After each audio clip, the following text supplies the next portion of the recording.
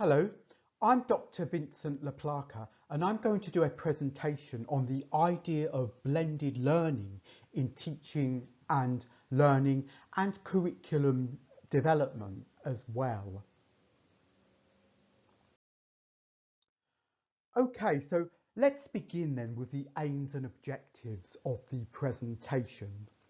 My aim is to explain a bit about what blended learning is and the idea around it and why it's becoming so important. I also want to focus upon the benefits for teachers and academics and learners and your organisation as well.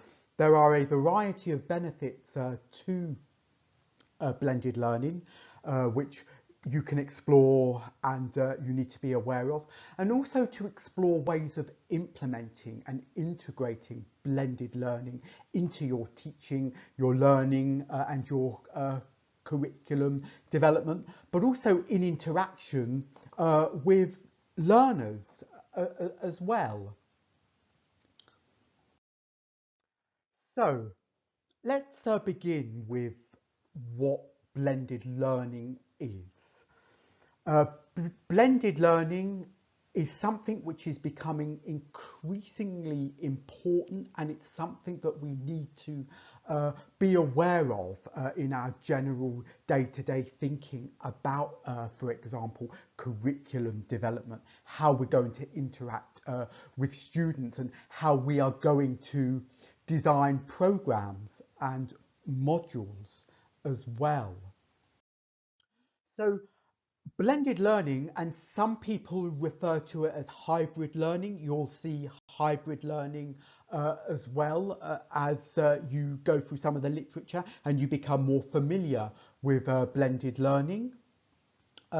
This is a learning model which does as it says, it blends learning models. So blended learning is a model which combines more formal traditional classroom based study, learning and interaction with students and less traditional interaction and teaching. For example, online teaching, online modules, online methodologies and technologies, and you integrate that into the curriculum. So that's where the hybrid blended concepts derives from. Blended or hybrid. You are blending non-traditional and traditional models of learning and teaching within the curriculum. It's often used to enable learners to exercise more choice in terms of engagement with their learning, because you can move between more traditional on-site learning and teaching, but also remote delivery, which encourages more flexibility. So once again, we see the terms blended and hybrid as being associated with traditional and non-traditional methods of learning and teaching. It's often associated with ideas of widening participation within education, within universities, for example. So this idea that we are able to provide as much learning and teaching for students and individuals as much as we can, we widen that, we increase the chances of participation, and as a result we offer more equal access to education, particularly by those students who did not traditionally participate in learning and higher education, for example. So the concept of widening participation is very important here. Now, on a theoretical basis, my experience and my reading around the literature on blended learning lends me towards looking at blended learning within a social constructivist theory of education, that the social world develops through interaction and meaning, with culture and with society. Meaning and interpretation, and the way we use meaning and interpretation and interaction within learning is as important as the acquisition of knowledge itself. So learning requires engagement with language, problem solving, concepts, and also technology. It's an interactive, inductive process. So there has to be dialogue between teacher and learning as well, engagement with technology, and this stimulates in interaction new ideas around problem solving and knowledge creation. So education and understanding and learning is around meaning. It's an active process. And we can encourage that active process, I think, by the use of both traditional models of learning, but also less traditional. For example,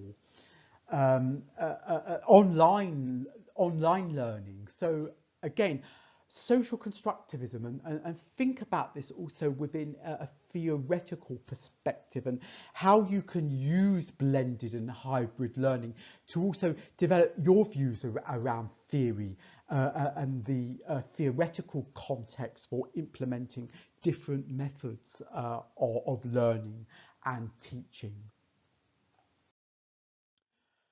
So let's also think about the context, and why is blended learning and hybrid learning becoming so much more important?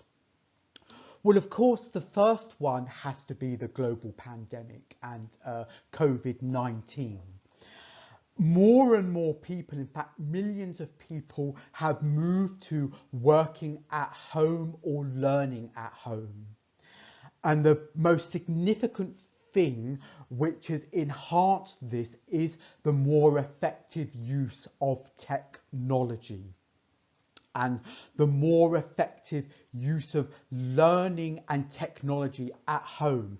And this has involved the use of more online lectures, more online discussion, and more online discussion as we begin working at home more and learning at home more.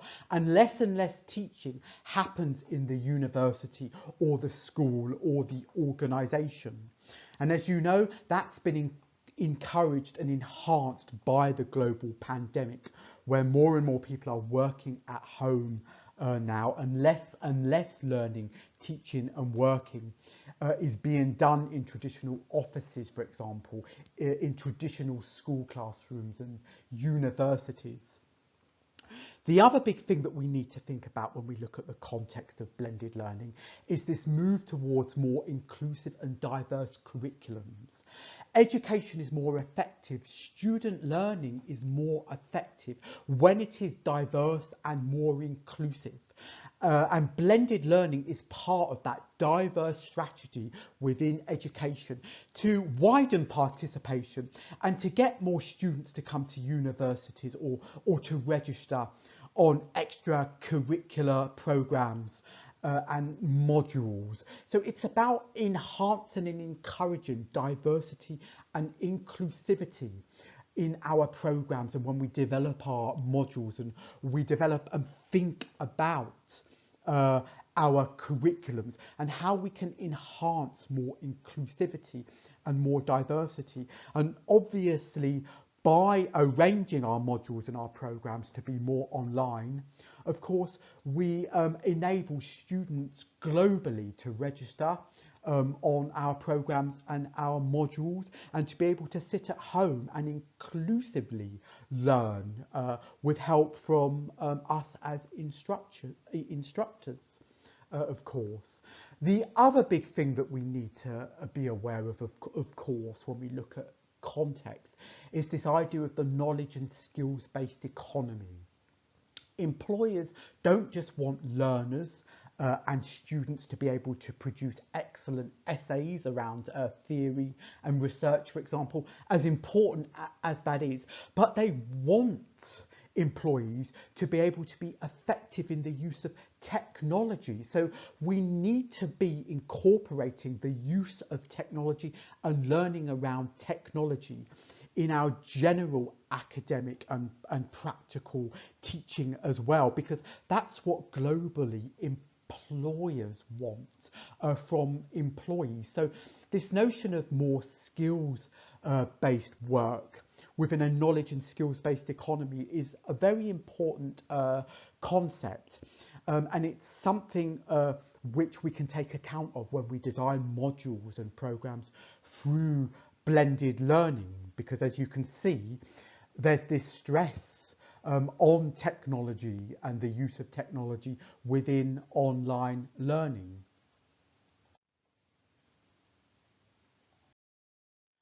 Okay, there are also different types of blended learning that you will come across in the literature as you become more familiar around blended learning or hybrid learning. And in my experience of designing modules and programs using blended learning, um, I identify these three as the most important. Although as you read more and you become more familiar, you will be able yourself to identify other modes of blended learning. There is the individual rotation model of blended learning, and this is simply where students rotate and progress through lectures and sessions, and that's either determined by the instructor or the teacher, or a software algorithm that will be integrated into the software design or the learning management system, and that will be able to guide students through learning, for example. There's also what we identify as the flipped classroom model. And this can be simply where students complete online coursework and lectures outside of the classroom so that the instructor can use the class time and the face-to-face time for more guided practice and projects. And this encourages more independent and deeper learning, again by blending traditional and non-traditional modes of teaching and learning.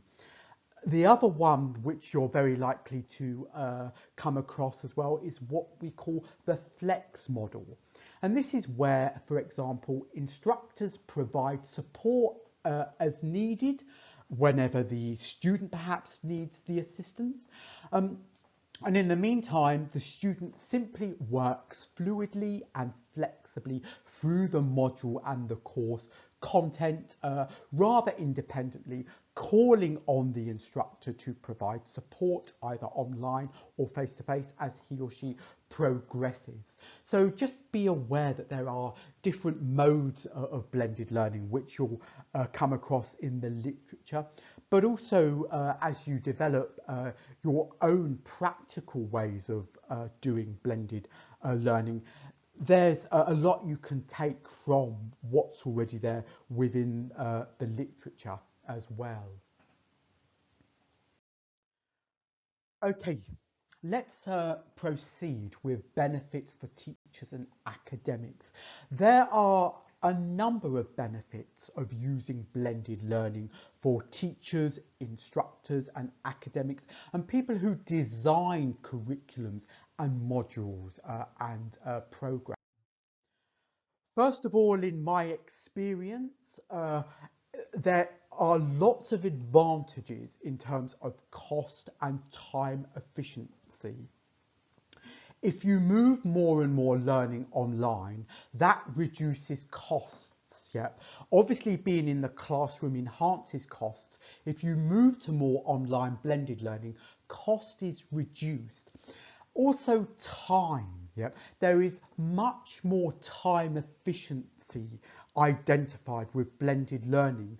The more you can move online, the better use of your time, for example. Yeah. So if you move assessments online, students don't need to go into the classroom. They don't have to travel long distances. If you set up a system whereby students can present their presentations online together as an individual or even as a group, and that cuts out a lot of unnecessary time.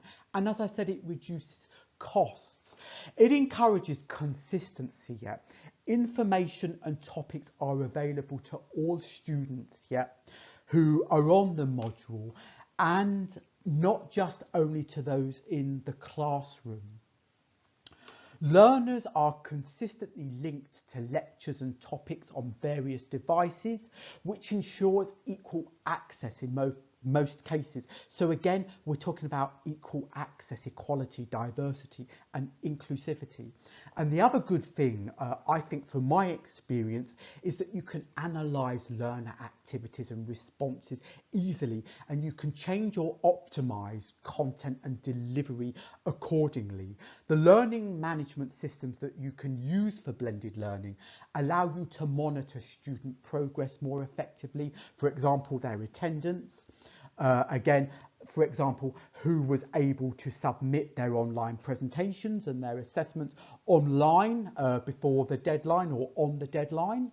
So there is a lot of opportunity to ensure that students' progress is measured both qualitatively and quantitatively. So there are some benefits to teachers and academics that you might want to come back to as you progress with your knowledge and your experience of blended learning. Benefits for learners is also very important. We are constantly encouraged today to ensure that our curriculums and our modules and our programs deliver high quality benefits for learners. Now, in terms of benefits for learners, first of all, it enhances engagement and peer support, and it enables connections with the learning institution, even when you're off campus or you're not in the classroom. So this encouragement of engagement and peer support, both online and face-to-face, very important to develop learners' abilities and their capacities to integrate with the module and to be able to learn through different types of curriculums. Now, by putting more resources online, students are able to access that material with no constraints, and this can be accessed on smartphones, tablets and desktops that are already used in day-to-day practice. So your modules and your programs become far more accessible, and the benefits of those for students is very effective when they're able to access those through a number of different technologies. Blended learning also encourages self-learning and independent learning. Students might need to search for information online independently if that's what you instruct, rather than just sitting in classrooms relying on the lecturer or relying on the instructor. So there is more encouragement, in my experience, of independent and self-learning. Blended learning also fosters other skills such as soft skills, and that can be time management, critical thinking and team community cooperation. And we know that those types of soft skills and hard skills are very important to employability skills and learning employability skills. They're the types of skills that employers tend to want to see in students and their employees, and blended learning encourages effectively those skills and the knowledge of employability in that knowledge-based and skills-based economy. So what do you need to think about then before implementing and integrating your blended learning into the curriculum and into your programs and the general management of your modules? Well, first of all, you need to think about the learning management system. So this is the online interactive system that's going to allow you to create, manage and motivate students and manage delivery. And there are a number of different learning management systems that you'll come across or you're probably already aware of. Moodle is one, for example, and there are a plethora of learning management systems. So you need to think about that. You need to think about how you can help your students' abilities. So think about how relevant is your module and your program to employability, and how will integration of blended learning and the learning management system into your curriculum or your program assist students in gaining employability skills. You need to think about the course type here, the aims of your course, the outcomes. It might be that for example, that blended learning is much more effective when you're delivering academic modules, which are more academically based, than those that perhaps lend themselves to more practice-based ones like nursing or midwifery. So you need to think about the balance between online learning and practical learning. And on many vocational modules and programs, obviously the more face-to-face and being in the classroom is going to be a bit more important. But if you're delivering a purely academic, analytical type module, then perhaps it's the case that blended learning and more online delivery is going to assist students to learn much better. Think about your assessments. Do your assessments lend themselves to blended learning? Or can you change them because of your move to blended learning? So in my experience, moving assessments such as presentations online is a much more effective means of managing online presentations, but it's also a major way of getting students to use technology when they're presenting their presentations, and they're also being marked on those presentations. So when you design your assessments, you can say to students, for example, you are also being assessed on the use of technology.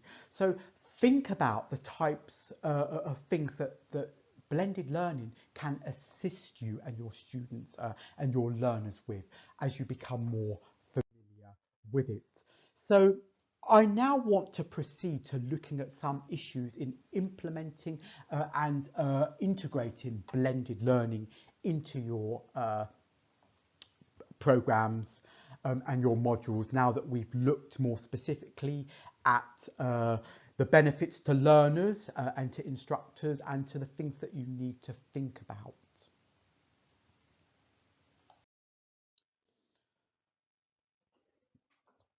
So, as I've spoken about previously, the LMS or the learning management system, support system, is very important. You've got to choose an appropriate LMS for your students' needs as well as your needs. So it's important that the LMS suits both of you and that it's attractive to view and it's easy to use. So students can go online, they can see the LMS and it's easy to use. They can see the sections that they need for this week, for example, but they can also see the sections perhaps that they are going to need to upload their online presentations on later on in the module. So it should clearly outline and show where online lectures are and perhaps where assessments are going to be submitted. So these systems allow you to deposit work on them on a week-by-week basis. Section 1 or week 1, section 2 or week 2, and that allows you to logically and conceptually structure your module or your program as you go along. And you need to ensure that you communicate effectively, for example, why you are moving to blended learning and why you are using technology. This needs to be communicated to students as well, and having an effective LMS is going to be very useful for doing that. So you might also need to think about the training requirements of your students and your own requirements in terms of how effective you are at using technology in teaching and learning. So one of the things that you might want to do is instruct students about how to use this, or put on training requirements. But obviously it needs to be clear why you are moving to blended learning and the requirements for using technology for students, once you've also explained the benefits to them as well. You need to create a flexible blended learning strategy. Yep. So you need to test the learning management strategy and system out with students and stakeholders to gain their views and suggestions, as well as gain buy-in from others. You're probably going to want to gain buy-in and support from colleagues and your faculties and organisations, and testing this and effectively communicating how effective blended learning will be part of this strategy. So flexibly use it and communicate it. Yeah, you can include effective assessments in your modules and your programs through this system. So think about which assessments are best done online and which are best done in the classroom face to face. Will you use quizzes and online presentations as assessments or as mock exams for your students? Will it be better perhaps to have more online assessments but have them at the end when the students have actually completed the majority of their learning and engagement with the blended learning? So think about where, for example, the online assessment should be as you think about and you design your blended learning and you implement that into your modules. So blended learning does enable you to think more effectively, not just about the use of it and the communication of it as a broad tool, but to think about more pedagogically where your assessments perhaps are better linked within the overall learning experience and process. And the other thing that my experience teaches me, and that you'll find in the academic and research literature, is that it is about constructing a blended and integrated learning community. So we're going back to social constructivism and creating communities of learning and communities of interaction. Students and learners should feel a part and be a part of a community of learners, a community of peers that supports learning, technology assisted learning in an effective way, which increases engagement. And you can do this by simply starting a discussion forum within an LMS, where learners can discuss opinions and ask more questions and communicate more effectively as a team and as a learning community. So you're broadening out the learning environment. Yeah? You're constructing a learning community which goes beyond just a one model intervention between learners and instructors. And as I've said, in terms of learning management systems and strategies, you can use Panopto or perhaps the Cultura Video Cloud platform for education, for sophisticated and interesting visual and webcast presentations which enhance learning and can also help to construct that more blended, integrated learning community. So again, you're using technology to create a blended and integrated learning environment through hybrid learning. The other thing that my experience teaches me, and I strongly suggest that you have a go at in your teaching and your learning strategies, is evaluate the methods that you're using and evaluate the effectiveness of the technologies and methodologies and learning management systems and strategies that you are applying. As I've said, blended learning automatically collects student data and provides streamlined methods to measure students' progress. So you can use that as part of your evaluation methods as well. By using online technologies, you can use questionnaires and other informal and discursive online discussions, both online and face to face.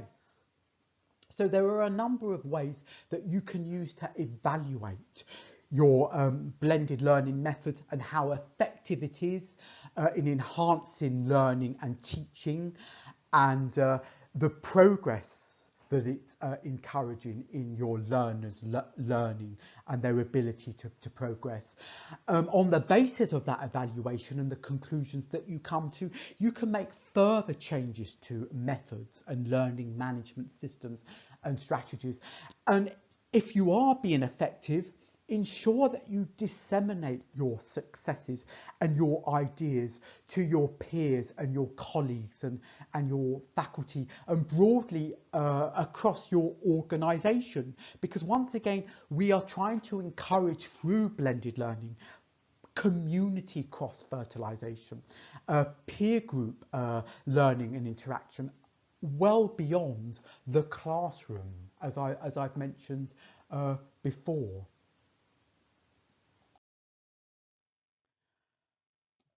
There are a number of benefits for your peers and your colleagues and your organisation, as I've just stressed.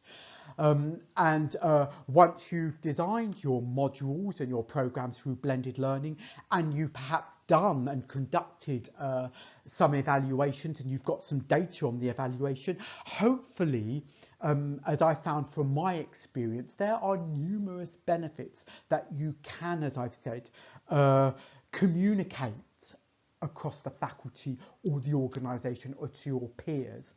Now, in terms of my own experience, I've been able to communicate benefits of saving time, particularly through systems of less in classroom and in-person learning. I've been able to demonstrate more effective interactions with students via email discussions, forum discussions, or even online chats. I've also been able to say, that I've enhanced the organisation's ability to appeal to more diverse more diverse learning styles. So I've been more inclusive, I've been more interactive, and I've encouraged more diversity in terms of different learning and pedagogical styles. I can also say that I've been more purposeful in terms of my face-to-face instruction as well as my online instruction.